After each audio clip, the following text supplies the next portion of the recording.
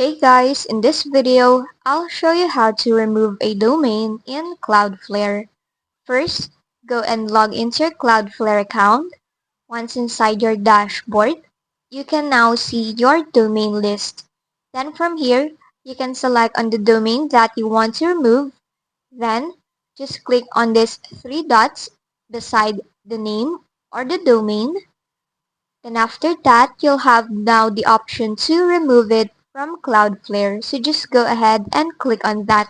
Now, make sure that this is a final decision as this will cancel all active subscription which is not refunded to your domain. Now you just need to type in your domain to confirm.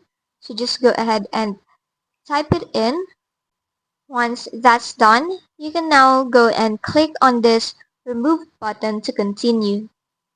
And there you have it.